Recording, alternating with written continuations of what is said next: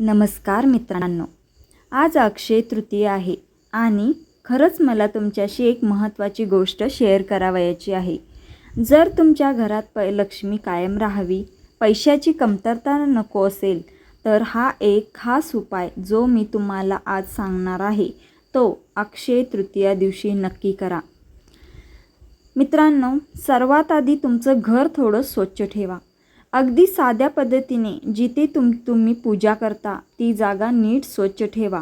त्यानंतर एक तुपाचा दिवा लावा, जणू काही लक्ष्मीच्या स्वागताचा दिवा लावत आहात।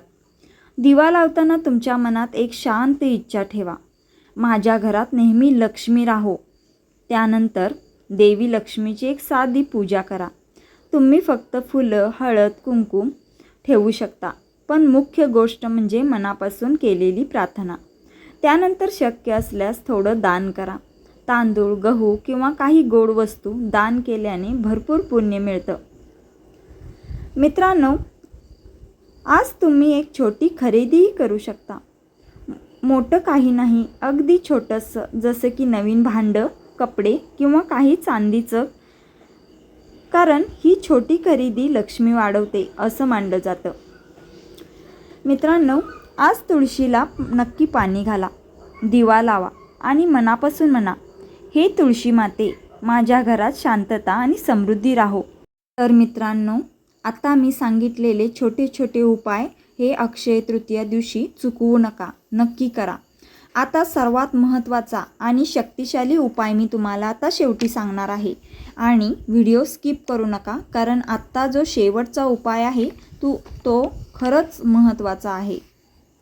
आणि या उपायासाठी तुम्हाला लागणार आहेत 4 छोटे छोटे डबे आणि या डब्यांमध्ये पहिल्या डब्यात तुम्ही ज्वारीचं पीठ घ्यायचं आहे, दुसऱ्या डब्यात साखर आणि तिसऱ्या डब्यात मीठ आणि चौथ्या डब्यात तांदूळ घ्या। यानंतर पिठाच्या डब्यात 5 रुपयाचे नाणे टाका, साखरेच्या डब्यात एक दालचिनीचा तुकडा टाका आणि त्यानंतर मिठाच्या डब्यात 4 लवंगा टाका आणि तांदळात 1 हळकुंडाची गाठ टाका आणि ही 4ही डबे देवाजवळ ठेवा आणि हात जोडून देवाऱ्याजवळ प्रार्थना करा आणि मनात म्हणा, माझ्या घरात लक्ष्मी कायम राहो आणि पैशाचा प्रवाह भरपूर वाढो। तर भक्तांनो, हा उपाय तुम्ही अगदी मी सांगितल्याप्रमाणे जर केला तर तुम्ही पाहाल की वर्षभर कशाचीही तुम्हाला कमतरता भासणार नाही। देवी लक्ष्मी तुमच्या घरात स्थिर राहील।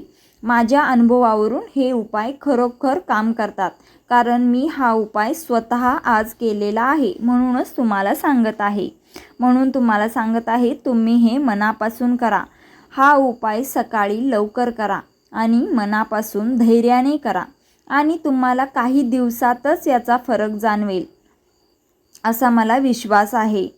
ही साधी गोष्ट आहे, परंतु ती जर मनापासून केली तर तिचा प्रभाव खूप मोठा आहे। मित्रांनो, या व्हिडिओत सांगितलेले मी छोटे छोटे उपाय आहेत ते अक्षय तृतीया दिवशी नक्की करा, कारण या दिवशी केलेले उपाय हे वर्षभराची आपल्याला लक्ष्मी प्राप्त करून देत असते।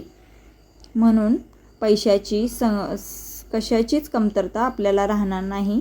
त्यामुळे हे उपाय मी जे यात सांगितलेले आहेत ते खरोखर परिणामकारक आहेत आणि या दिवशी अक्षय तृतीया दिवशी हे उपाय करायला विसरू नका।